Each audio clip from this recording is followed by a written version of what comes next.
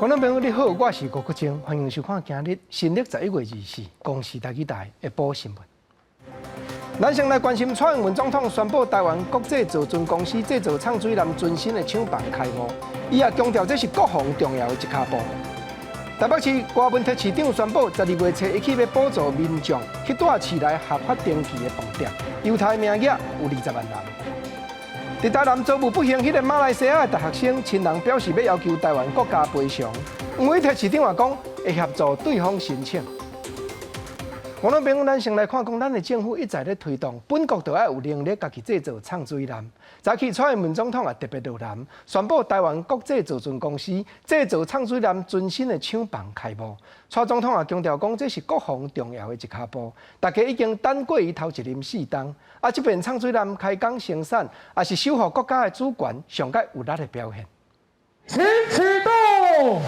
总统蔡英文带领国防部长丁官员进行开工仪式，现场嘛用地形墙来直播各项的装备，输出许可等等的物件，宣示海军畅水蓝国造正式来起工，国防的一大步算是等了4冬。走在历任政府没有真正走过的这条路，确实是有重重的挑战，也会遇到种种的质疑。不过挑战和质疑不会打倒我们。今天起 ，Made in Taiwan 的潜舰就要正式开始建造。蔡总统致辞时特别点出着3项，讲这届畅水蓝的动工是突破着英国谣言，嘛是守护主权上有力的展现。透过了动工，粉碎了不实的谣言，但是我有信心。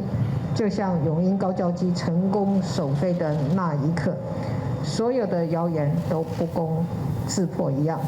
今天潜舰的动工，就是我们证明实际的成绩、粉碎谣言的开始。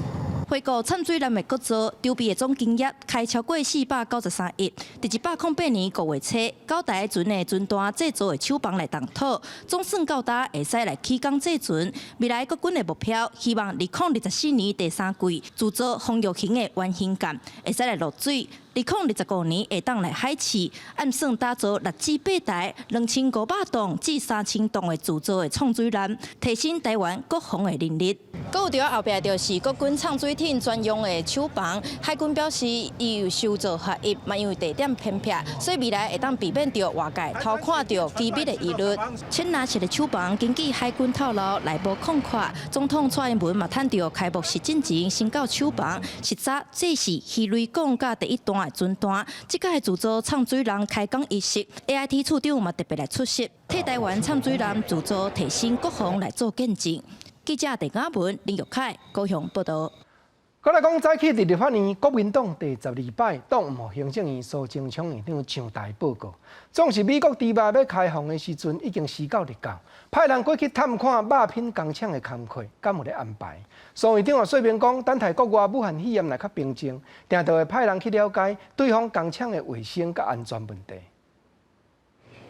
有来克多巴胺的美国猪肉明年就要进口，不过卫福部处长赵宗良23煞解喙讲，海外查厂不是必要的条件，叫在野党质疑讲政府的承诺跳票。行政院长苏贞昌24去立法院闭询的时阵回应讲，等疫情过去了后，一定去查厂。因为卫福部长陈时中嘛表示，查厂是已经按好的方向，会尽量去做。现在固然受限于疫情而不能出国、不能查厂，但我对开放进口一定逐批查验。未来疫情过去，那我们一定对新进口的会去查厂。从头到尾我都一直讲过，这一直在洽谈中嘛哈。那基本上对于茶厂哈，带你去看这个厂边的安全卫生，这是我们既定的方向。议场内底，国民党团阁搬出2只猪仔的道具，也阁有蔡英文总统等5个政府官员的人形扛棒，阻挡仪式进行。那也立委大声喊口号，批评蔡政府对进口来猪这件代志态度真傲慢，嘛无会实的。因为安尼，24苏贞昌第12届去立法院做施政报告，也是无法度上台。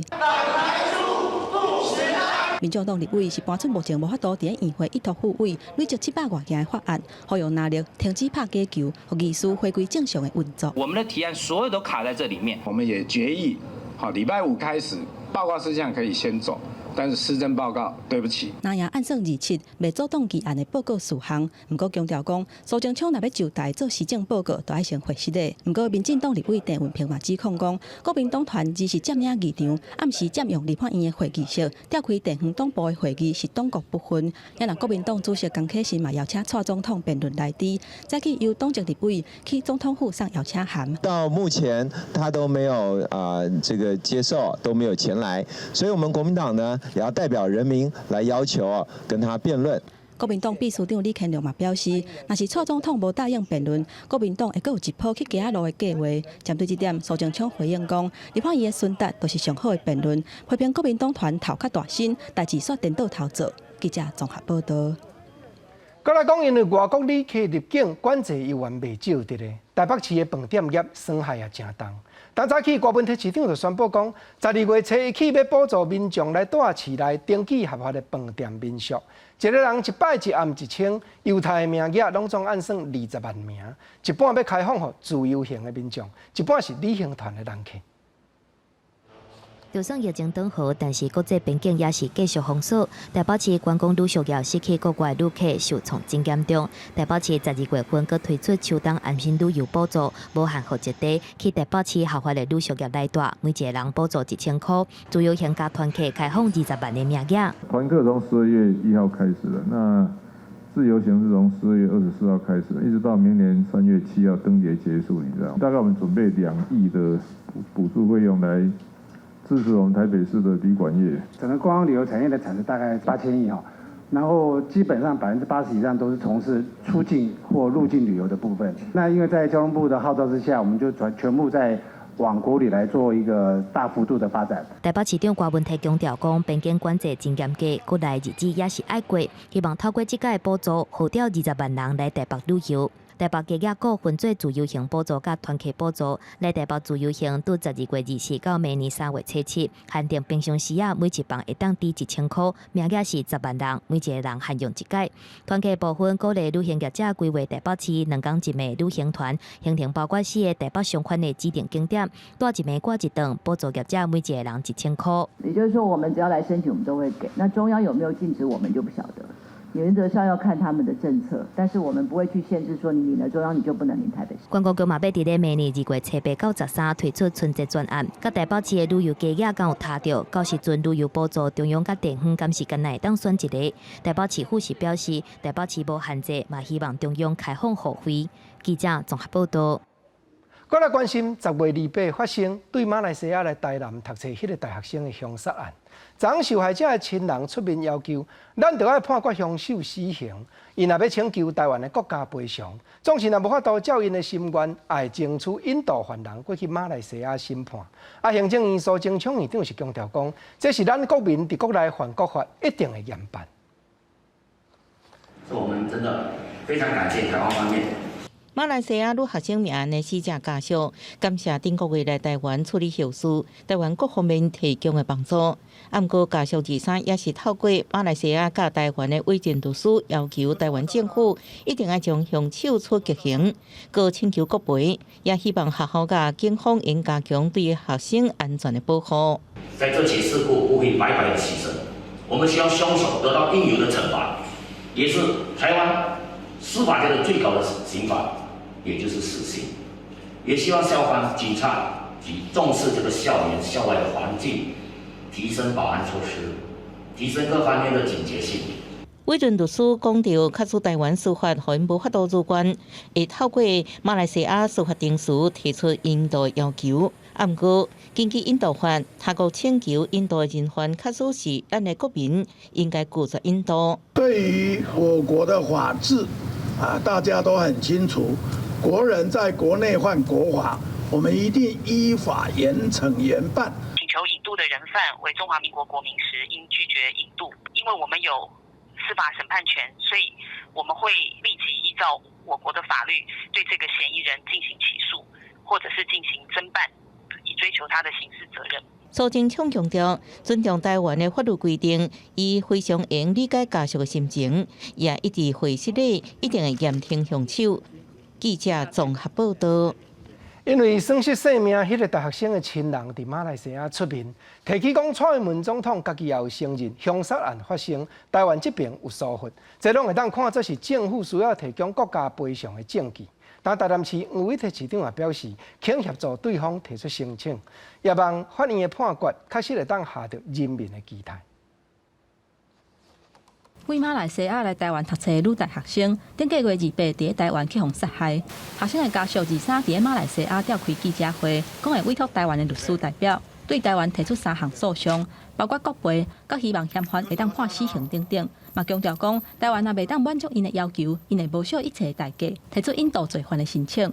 针对这点，台南市长黄伟哲表示，会协助家属提出国赔的申请，嘛呼吁法院应该做出符合人民期待的判决。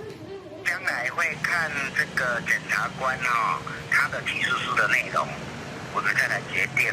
我们愿意协助家属来做一个国赔的申请。司法是要顾及人民感情的，也就是说，对于十恶不赦的人，事实上是很难再加以教化。也期待法院的判决要符合这个社会上的一个共同的期待。因若记者会内底嘛有讲到，总统蔡英文承认女大学生发生这个不幸是台湾的疏忽造成的，加上台南警方有涉案的嫌疑，这个疏忽会当构成台湾当局赔偿的证据。另外，嘛，这支学校感受失职，包括学校无提醒学生，还佫要求学生甲网络顶找人的铺文摕落来。我们接到警方的指示，因为担心歹徒会从各种管道去获得相关资讯。所以我们学校是配合警方，这一切都是为了担心影响办案进度、办案困难度的关系。学校表示，后手责任的问题已经配合教育部做调查，学校嘛会深深检讨。因若经办的桥头地检署表示，目前还未收到相关的信息。不过，按算伫2个月羁押期限内，也就是今年上尾1天进前，甲涉案的嫌犯起诉。记者综合报道。我来关心台湾陪审团协会这个团体统计讲，对去年到今年4月，已经发生26件军人行地路的不幸。偏偏军事案件因为牵涉到国家的机密，档案拢无公开，连调查都困难。协会这边是主张军事冤案申诉委员会就要重新搁设落去，连做替代役的义务兵有受枉屈的，嘛要调查在内。重设军冤委员会，破口号呼吁行政院重设军冤委员会，搁互受害者国赔。这几年国军轻生的案件真多。台湾陪审团协会只是公布统计数据，为去年到今年4月为止，国军已经出现26件轻生的案件。过往军事案件牵涉国家机密，档案无公开，不止无法度保护当事人的权利，也致使调查困难。今年5月逼出黄姓中尉，好亲像伫军中被霸凌身亡。家属表示，囡仔为国家奉献性命，却受到安尼对待。军中的陋习、调查资讯的不对等，没有第三方的监督机制，所导致的结果，却要这些年轻的生命去承担，非常不正常的一个情形哦。怎么小孩子去当兵之后，一堆会死这么重大的一个死伤，而且到底是自杀还是被自杀？行政院2013年因应丰中区的事件，为调查过往的军冤案件，成立行政军冤案件申诉委员会。不过成立1年，就停止运作。台湾陪审团协会认为，政府应该设为重设组织，同时应该扩大案件范围，纳入替代役。有替代役人冤案的家属，想起过去求助无门，得不到事实的真相，是非常伤心。一直找人都没有办法帮我们这个忙哦。我听到郑律师说要设那个军冤委员会，我们就一口就答应了。过去的军冤案件常常发生家属无认同鉴定结果，所以台湾陪审团协会表示，军冤委员会要同意开放第三方单位鉴定调查重点，必要时阵，军冤委员会也可能自行调查，让冤案的真相袂阁沉入大海。记者综合报道。搁来关心去年7月，铁路警察李成汉伫咧列车顶去互人压倒致死。1审因为凶手有抵到司法失调症，判决无罪。2审的过程中，高等法院委托成大病院重新鉴定病情的轻重。目前结果是认定被告杀人的时精神确实有过样，分辨代志的能力降低，毋过会当减刑尔，判无罪就较无效。铁路警察李成汉去年7月分伫火车顶处理补票的问题，却去互姓陈的男性杀害。李成汉的妈妈面对后生的过身，翁婿嘛惊起，即马面对司法判决的结果是真庆幸，因为1审家己地方法院以台中阳明病院家己分院鉴定的结果，认定被告有思觉失调症，判无罪，敢若以50万交保，引起外界的讨论。进前迄行为草率，迄毋是因兜的人吼。伊也讲伊的亲戚朋友啊，讲伊会拄着即款代志，感觉喏，因家属嘛要连带责任啊，对无？你嘛是要家己顾好啊，对啊。那安尼大家嘛会晓，安怎讲我有病免死牌挂咧，就拢无代志。进入2审了后，高分院委托成大病院重新鉴定，结果煞规个平盘。成大病院的鉴定显示，姓陈被告长期无食药啊，犯案的时阵有精神障碍，智思辨识能力明显降低。未来若是有食药啊，就会当好好啊控制。毋过，敢若会当减轻伊的刑期，袂当判无罪，嘛认为讲伊并无反社会人格。他犯案当天，他自己就准备了2把刀，而且他到台北的目的就是要控诉，有人要谋害他。我们还是认为说，本案的被告在外部行为上表征出他一个反社会人格的一个特质。针对2审精神鉴定的结果，规个平盘。台湾高等检察署、台南检察分署检察官表示认同，不过强调讲，姓陈被告也是有反社会人格，希望袂当阁因为安尼来降低伊的刑期。目前已经甲补充理由书交予高分院合议庭，等后个月32审判决的结果。记者综合报道。换来讲，台中一个糖尿病患者，因为正脚一位空喙干皮了，就无阁注意控制血糖，尤其阁穿塑胶鞋仔一直扯，结果旧空喙煞演变作严重的症头，险啊半支骹骨拢爱手术掉，加在买手采用高压酸素治疗，才有通较好收煞。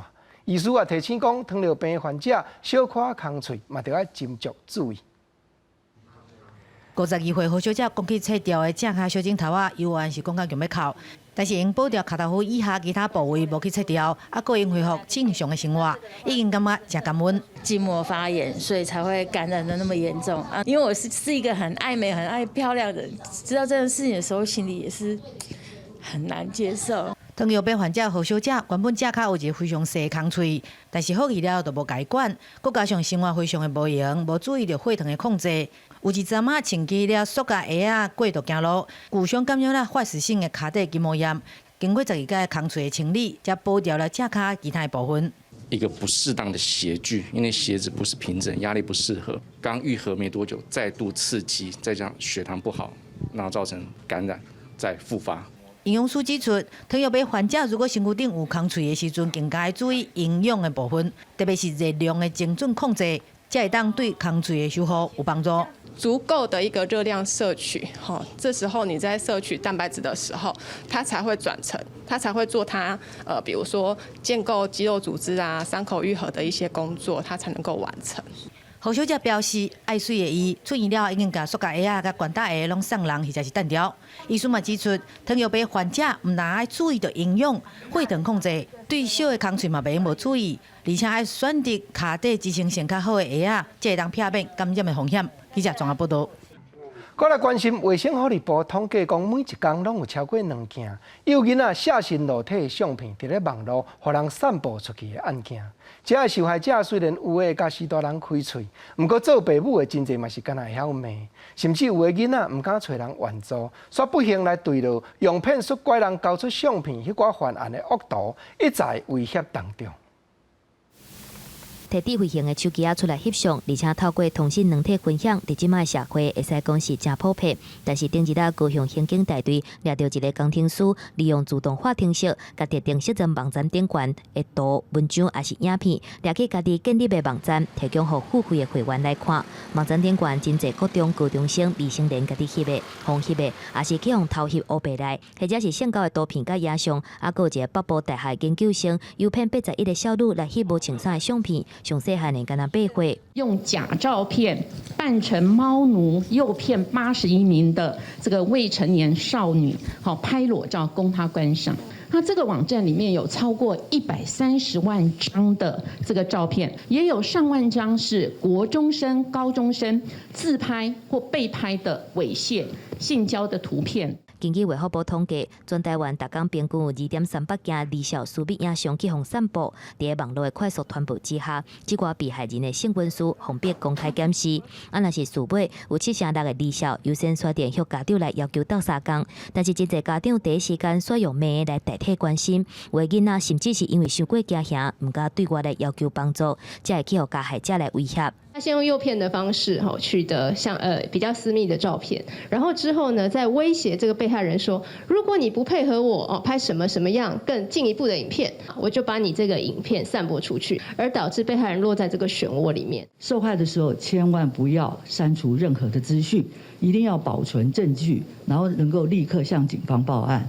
卫福部提醒，若是拄到私密影像无经过同意去互散布，还是互威胁，被害者除了爱伫第一时间保存证据以外，民众若是有收到相关影像，嘛应该担任揭发者，勇敢来检举，唔通转传，共同保护被害人，避免成做散布私密影像的共犯。记者综合报道。搁来关心教育，目前中小学的老师若是拄当休困日当日，像讲带学生出去比赛种种，是会当经上班日补休。毋过嘛，就要家己负担另外聘请人代课的费用。敢若台中市的教育局许可教师休困日会当请加班费。但全国教师工会总联合会这边嘛出面要求，各地方政府和教育部实在就要参考照办。拜六礼拜带学生去比赛，因应考试招生改变说明，各关切老师休困的时阵指派工课，会当伫咧迄天开始一年内底，以点钟为单位，家己选择补休。但是上课爱家己处理，一般来讲是补课、调课，或者是家己开钱请人来代课。长期以来，老师在假日奉派去参与这样的一个活动哦，并没有得到合理的这样的一个补偿。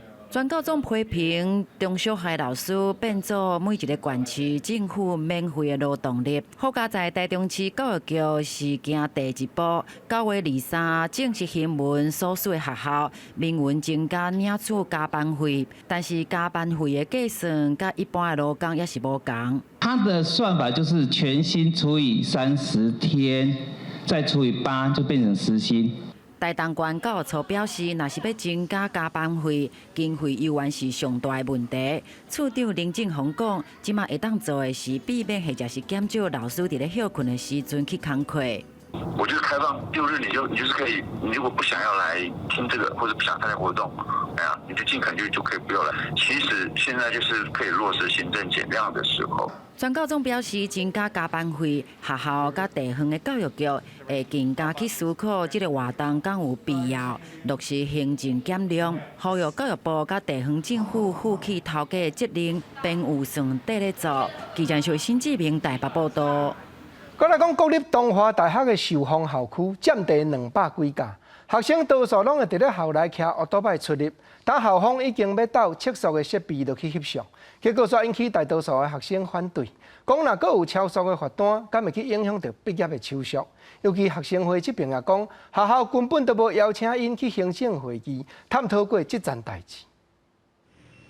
国立东华大学寿丰校区，因为校园的面积有250公顷，所以学生大部分拢是骑奥多摆来去。听到学校要伫咧校园内底安测速器，大部分的学生拢真不满，因为限制速度30公里实在是伤慢，更加烦恼后一日会收到罚单。其实我自己个人是觉得有点浪费公款啦，就是其实校方有蛮多，就是可以去做额外的建设。担心如果没有缴款，然后学校会就是不给毕业证书或者是一些限制，你不能再申请车证之类的。东华大学强调讲，今年初学校发生一件车祸，死亡的学生因老爸甲校长讲，一定要重视校园的交通安全，所以才会编596万，要伫学校内底安区间测速器。现在目前敢若会监测，袂采罚。我们现在根本没有去讨论法则，所以根本还没开始要跟学生会讨论这件事情。我们现在非常希望看到有没有一些惯性的喜欢超速的同学们。我们希望要是找到这样的同学们，我们希望能够对他做道路交通讲习。也有学生议会是认为讲，重点不是按区间测速器，是学校什么代志拢该跟学生沟通。学生并没有受邀到行政会议上面，所以我们第一时间是不知道发生什么事情。我们希望校方可以在现阶段取得无论是跟学生或是全校的共识之前，先中断有关这件事的任何操作。学校强调讲，按区间测速器是关系到校园内底所有人的安全，所以11月份完成会勘了后，明年1月份开始施工，2月份测试，迄若限制的速度、甲违规处罚的方式，会搁甲学生会来讨论。记者综合报道。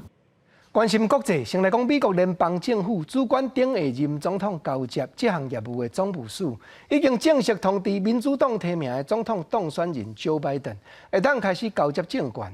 虽然现任的川普总统有同意要进行交接的手续，不过议员强调讲家己无认输，选举的官司会和对手继续斗。美国大选交接处理出现重大进展。美国总务署署长莫菲23假批通知民主党籍总统当选人拜登，川普政府准备正式开始交接的程序，这嘛代表联邦政府承认拜登当选，而且会提供必要的资源协助后一届政府顺利交接。The people of this nation have spoken. They've delivered us a clear victory, a convincing victory. 坚持无认输的现任总统川普态度软软，伊伫咧推特表示，为着国家利益，会叫团队做应该要做的代志，也就是同意政权交接。不过伊嘛表示，真毋甘总部署的职员受到霸凌甲压迫，感谢总部署署长为国家忠诚奉献，而且川普也是会继续来拍选举的官司。The Bureau has not identified any irregularities this year other than the typical occasional human error that is always part of the process.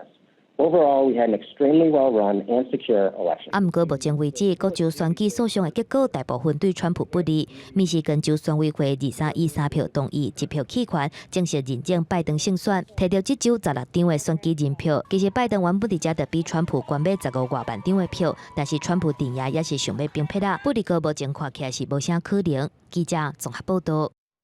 我来关心，昨英国后一间药厂宣布讲，因和家己国内 Oxford 大学合作研究出一支武汉肺炎的预防剂，保护力上计会当达到9成，较无嘛有6成2。虽然看起来比较进前两间药厂的成绩统计有效的比例无通甲遐悬，不过这支产品的特色是放冰箱就通保存，价钱嘛比人加较低。伫咧莫德纳、还有辉瑞甲 BNT 了后，英国药厂阿斯特捷利康甲牛津大学嘛公布合作研发的新冠病毒防护力的数据。这个疫苗采用2种方案，其中一个是先注半剂，让1个月以上才个注完整的一剂，防护力是90%；另外一种是注完整的一剂，让1个月以上才个注另外完整的一剂，有效性是62%。综合这2种方案的分析结果，平均有效性是70%。不过是安怎先注半剂这个方案防护力会较悬，也该等待进一步的研究。Higher efficacy regime is better tolerated, and also there's a hint that it may have an impact on asymptomatic infection and therefore possibly transmission of the virus. 甲莫德纳有防护力94.5%，辉瑞甲 BNT 的防护力95%。阿斯特捷利康的这份数据无遐尔好看，不过团队嘛表示，伊有一定的优势，而且有机会帮助人民来解决疫情。It can be made in very large amounts. It's not going to be a high price, and it can be stored in a fridge. Doesn't need a freezer. That makes it cheaper and easier to deliver. Sometimes people think there is a competition, but if you add the capacity that Pfizer has announced, plus the Moderna announced capacity, plus our capacity, which is much bigger, the three of us don't even have enough vaccine production for the world. We vaccinate sufficient number of people worldwide, so we stop this pandemic.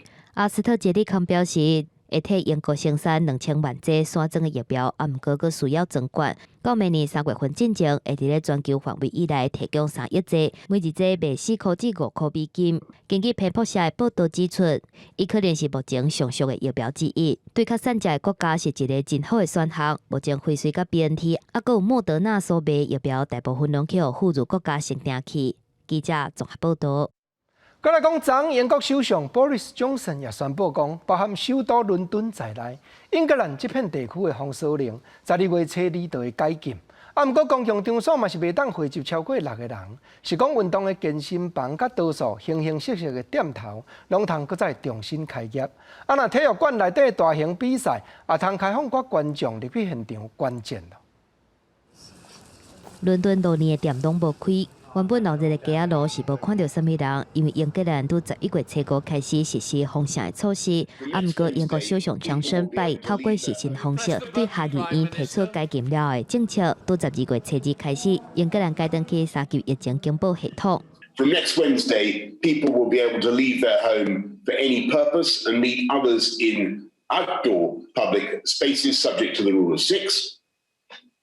Collective worship, weddings, and outdoor sports can resume, and shops, personal care, gyms, and the wider leisure sector can reopen. 重新登去疫情警报系统，代表民众期待真久的耶诞采买会当开始进行。不过英国官方数据显示，过去24小时新增加18662例新冠病毒确诊，398人判病死亡，数字也是真惊人。不过，甲高峰期，逐工较袂到3万人确诊，超过500人死亡比起来，数字已经有降低。就算疫苗研发有明显的进展，首相强生也是呼吁民众爱甲防疫做好。 'Tis the season to be jolly, but it is also the season to be jolly careful, especially with elderly relatives.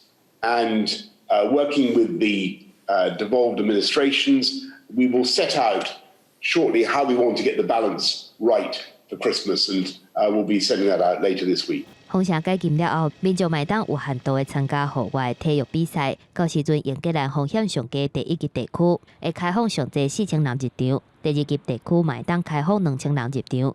另外，英国政府考虑以新措施取代隔离14天。若是确诊病例密切接触者连续7天体检的结果是阴性，就会当唔免隔离。新措施已经伫利物浦试办，未来扩展到全国。记者综合报道。 我来讲，今日透早，中国用火箭载一支号名嫦娥5号的太空无人探测器成功发射出去，目标是要飞去月亮，伫月球内面采集2公斤重的土沙，倒转来化验甲分析。中国嘛是排伫咧美国和苏联后壁，第3个上陆去到月球采验土马的国家。起飞时间纵置时3度分21秒。 中国探月工程嫦娥5号无人月球探测器准确进入固定轨道，奔向月球。规计划按算运作13天左右，目标是炸回差不多2公斤的月球的土。不过挑战要在后边。光学设备它操作很精密的。你想，我们平时用手机啊，是用手机去拍一个目标，比如说我们用1倍的这个焦距去拍，它就移动基本变化不会大。你要给它拉整到800倍，甚至是这种。 我们4000倍的时候，你要稍微轻轻移动，甚至你呼吸，你说深呼吸一下或者咳嗽一下，那镜头啪就抖了，可能目标直接就丢。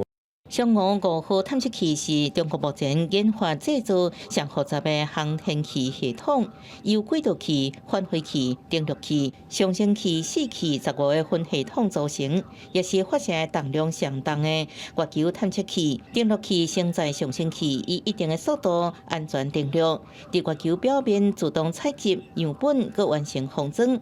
完成交会对接，样品转移到返回器了后，就将样本炸回地球。获得样品，对它进行科学研究是更直观的方式，也更直接。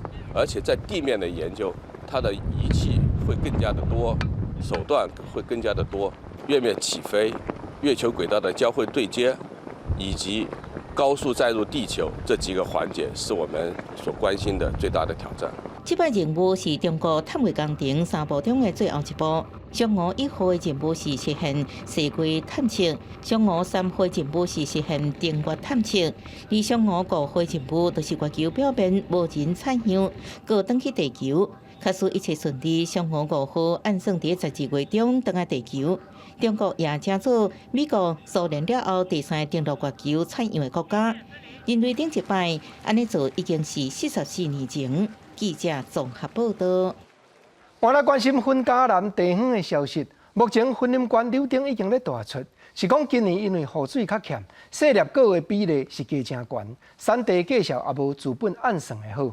但农委会已经配合地方政府，开始引进食品加工厂去到产地现场，甲种柳丁的农民斗收割细粒果，以免二级品伤害到柳丁全面性的绩效。这在5年的农民将采收后柳丁再到合作农场，但今年因为雨水不足，造成真侪柳丁收果比往年寡济。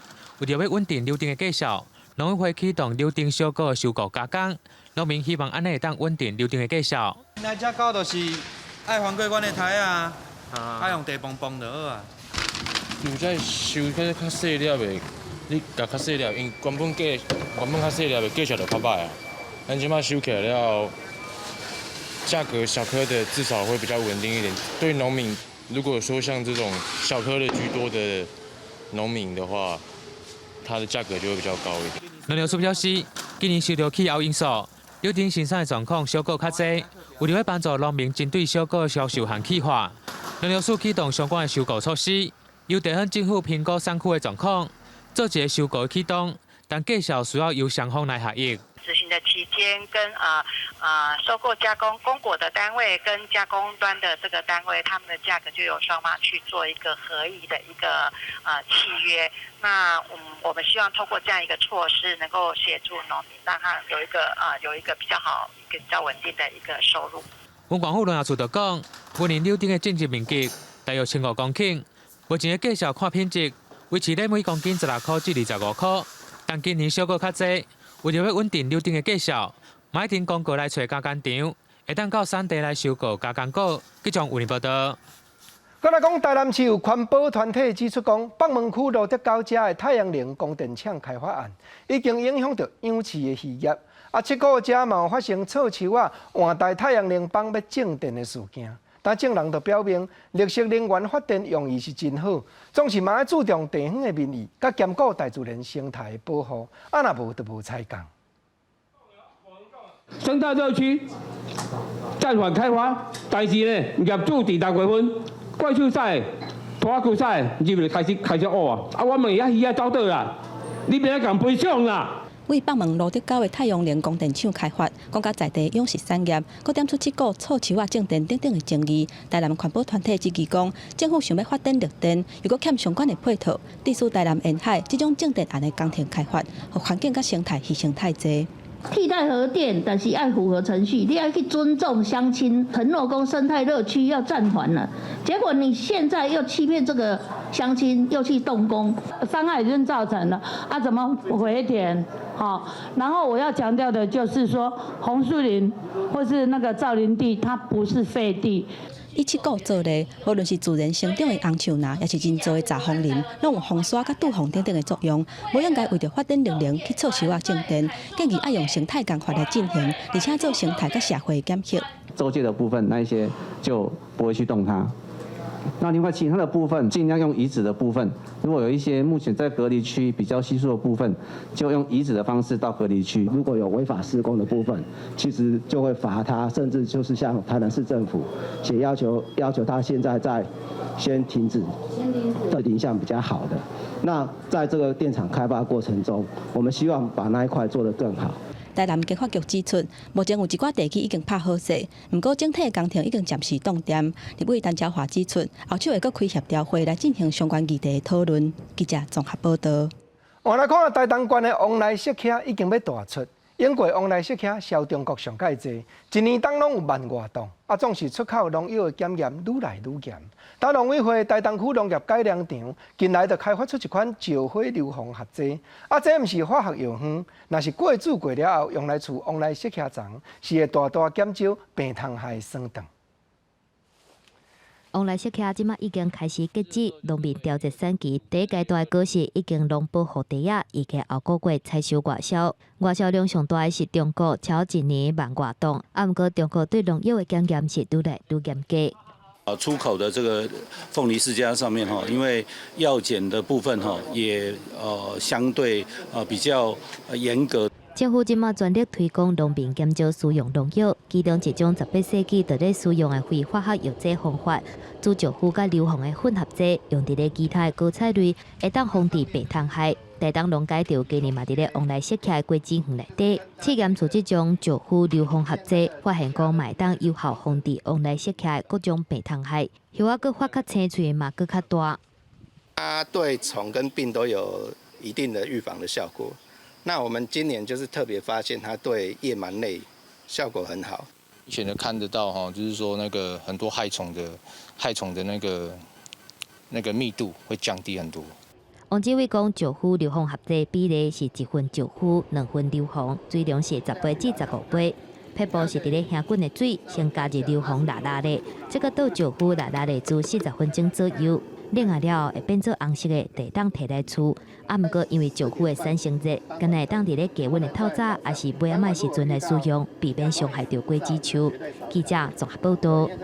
再来讲，真侪民众近来拢爱入去山内国家公园行踏，啊，毋过粪扫煞拢死过拼，袂晓要炸落山。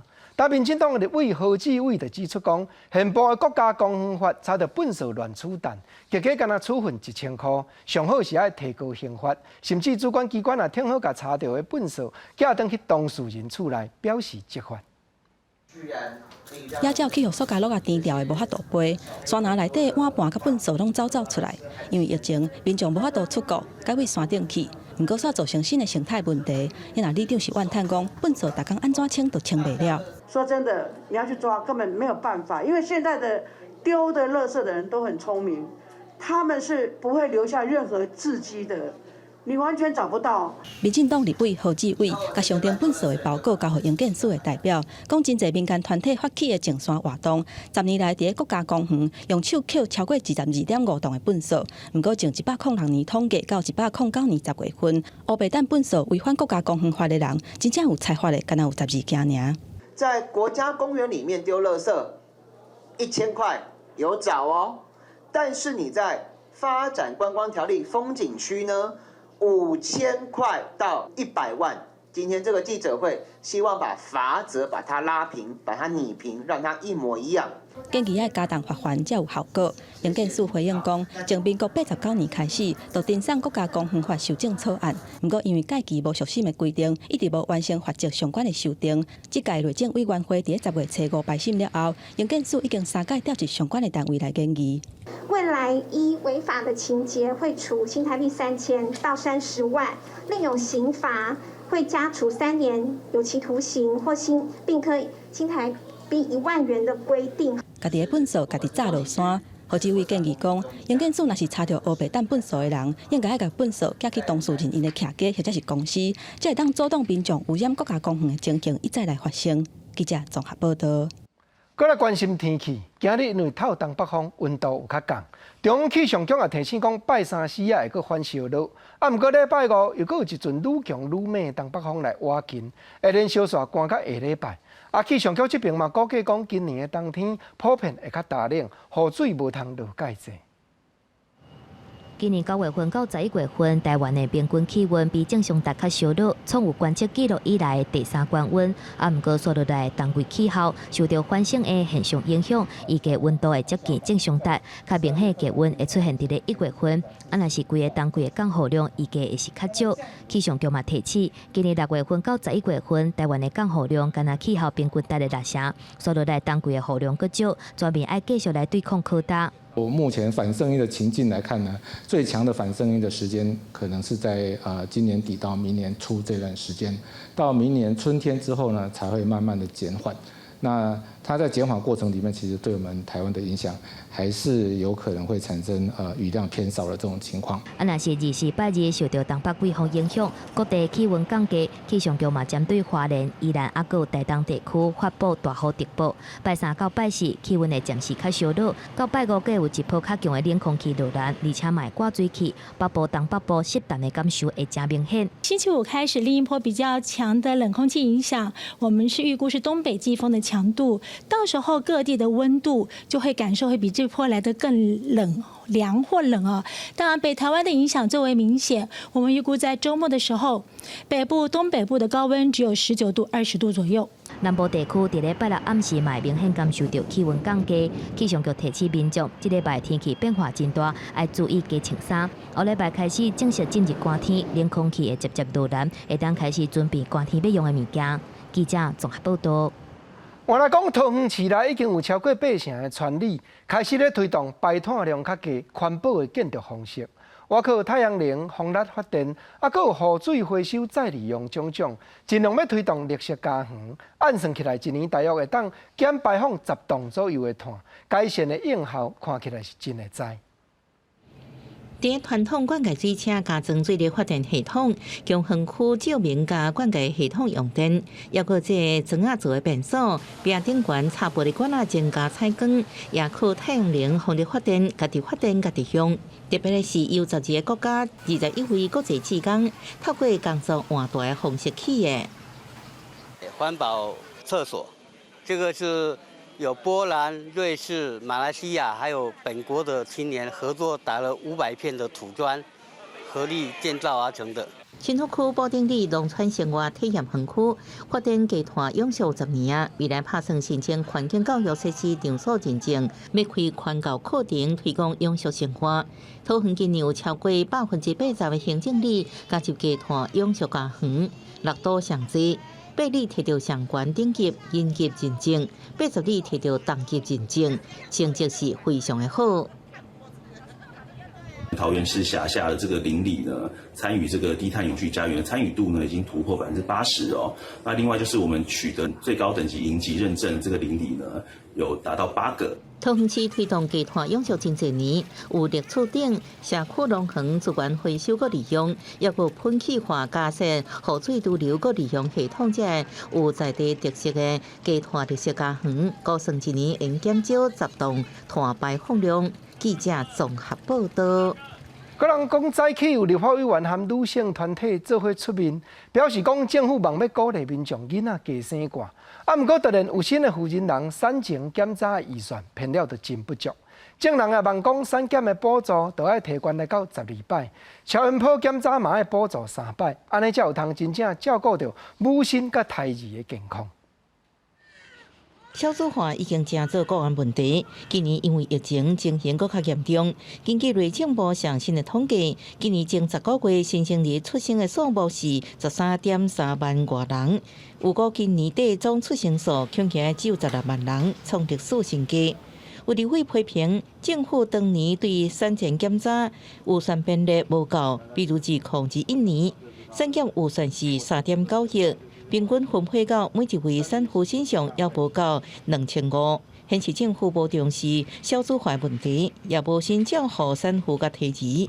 2019年都还少了5900万，将近6000万，所以这个连那个婴儿的出生率的下降都还没有这么快，结果预算的下降率大于婴儿的出生率。另外，受限预算不够，产检项目也求水。国际先进国家的产检数是12到14摆，也提供2到3摆超音波检查。反倒台湾只有10摆，超音波也干咧补助1摆。今年例行检查为提升阴等7个项目，其他高站处超音波产检都爱自费。比如说有没有唇腭裂，有没有心脏病，有没有缺一只手等等，这些都不在他的项目里。那不在项目里，但是呢，民众又觉得他照了超音波，他应该要被看到这些，结果生下来是这样的时候，他其实是无法接受的。就算我们在公务预算里面的编列上来讲可能不补其用，但是我们还会再其他费用来补足辅导团体呼吁政府提悬产检的次数到12摆，超音波检查3摆，各将有新的人有糖尿病检查列为常规产检补助项目。国建署强调，会阁邀请妇产科医学会者医学团体开会讨论，做产检项目的修订。记者综合报道。再来讲花丛内底兰花这款科目，其中有一种金梯石学，若当作汉药材，应用的效果是真好，经济价值也真有。但屏东县雾台乡遮，因为气候、温度拢真适合种这款药草。但公署就和大仁科技大学合作，利用公有地开拓出规片的汉药草木培养的基地。石棚当中发出一张一张青艳艳的石笔，垂伫咧壁边。若无斟酌甲看，会甲当做一般山壁边的杂草。毋过毋通看鸟无点，其实这是屏东雾台乡公所专工种的金车石学，是一种有正悬经济价值的中药食物。树科里面有400多种，台湾药用里面只有3种，所以金钗十五是其中一种。所以你种出来的部分可以当做药用，金钗十五是一个不错的药材。石学这个名听起来可能无介熟悉，不过若讲倒吊兰，可能就真侪人听过。石学属于兰花科，有真侪款品种，侪人种来看水的倒吊兰，都是其中一种。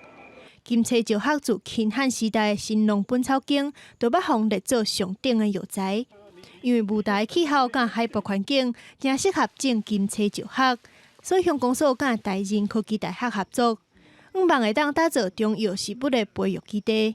很符合雾台乡，雾台乡它要800到1200左右的海拔去种出来的药材的金钗十五，它的品种疗效是最好的。中央有一个地方创生计划，我们结合这样的一个计划来推动，这个中药产业。因为雾台乡公所有大片的公共造山土地，不过大多数拢是保安林地未当开发，所以乡公所希望甲各界合作。培育上适合的中药食物，邀请部落的族人来种，唔但会当利用土地，嘛希望透过地方创新计划，让部落的青少年愿意留伫故乡发展。记者综合报道。同款屏东来讲，德产国中邀请一个对山林真熟悉、专业的巡山员来开农业课，用母语介绍天然环境的奥妙。这位蔡老师，佮把虎头蜂的蜂仔收规粒搬入来到教室内底，另外嘛介绍规丛树仔拢会当当作药材，黄金花甲叶啊，让学生了解大自然种种特别的所在。头一摆望到遮尔大粒的蜂收，还是囡仔看起来是真欢喜，却也是真着惊。有点恐怖，因为平时没有这么近去看蜂场。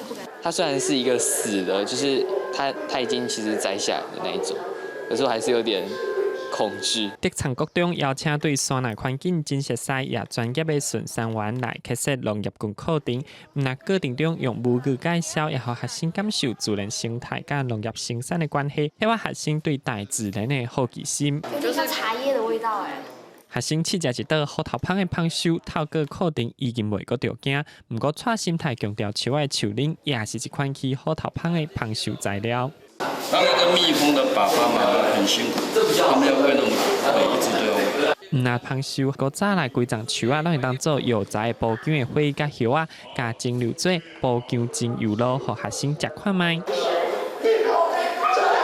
布姜精油露会当消炎止痛，抹帮糖加的碰拍，互学生囡仔感受草木的价值，达得因好好珍惜爱护。认识到我们原生植物，还有我们身边所有的植物，都可以是一个很好的，应该说应用在很多地方上。老师在蜂收甲蒸馏器上课，希望让学生熟悉环境生态、林巴生活当中的动植物，以及如何运用这些材料。希望未来让选择做农业的学生深入了解大自然。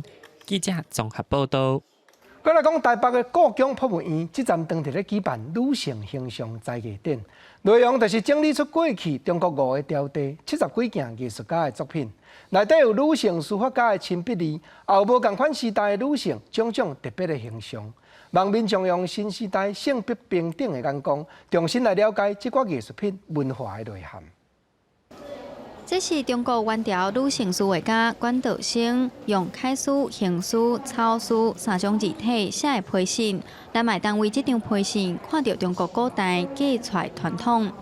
在信封的下面就有管道升的签名啊，就是管事道升。道升这2个字的后面刚好也盖了一个印章，叫赵管。可见在元朝的时候，那女性冠夫姓是非常平常的一个习惯了。这边的女性形象再艺展，故宫整理出为宋朝到清朝古代女性艺术家的作品。为作品中嘛，当看出当时社会风气对女性的影响。毕竟就是女生比较少出门，所以他们画的山水或者画的题材，可能就会山水题材可能比较少，外面的景比较少，可能会是闺房的或者是小景小物呢。展览也有选出无共朝代以女性为主题的创作，表现出无共时代审美标准的差别。像700-574公分等的作品，就是来自明朝画家张英对女性的观察甲想法。里头就是描写画家对于汉朝宫廷嫔妃的一种想象。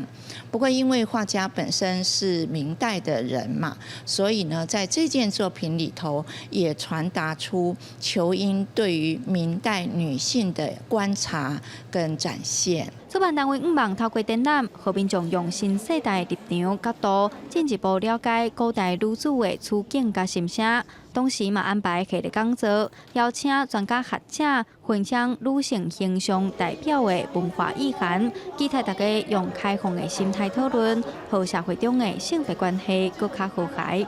记者杨淑静、谢桂林台北报道。观众朋友，下半部天气变化，咱来看各县市详细气温的资料。基隆、台北、新北、桃竹苗21度到27度。台中、彰化、云林、南投、嘉义24度到29度。台南、高雄、屏东23度到29度。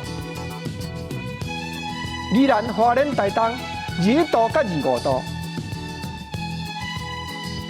金马、澎湖18度到25度。感谢你收看《公视台语台下晡新闻》，我是郭国清，明仔下晡3点咱再会，多谢你。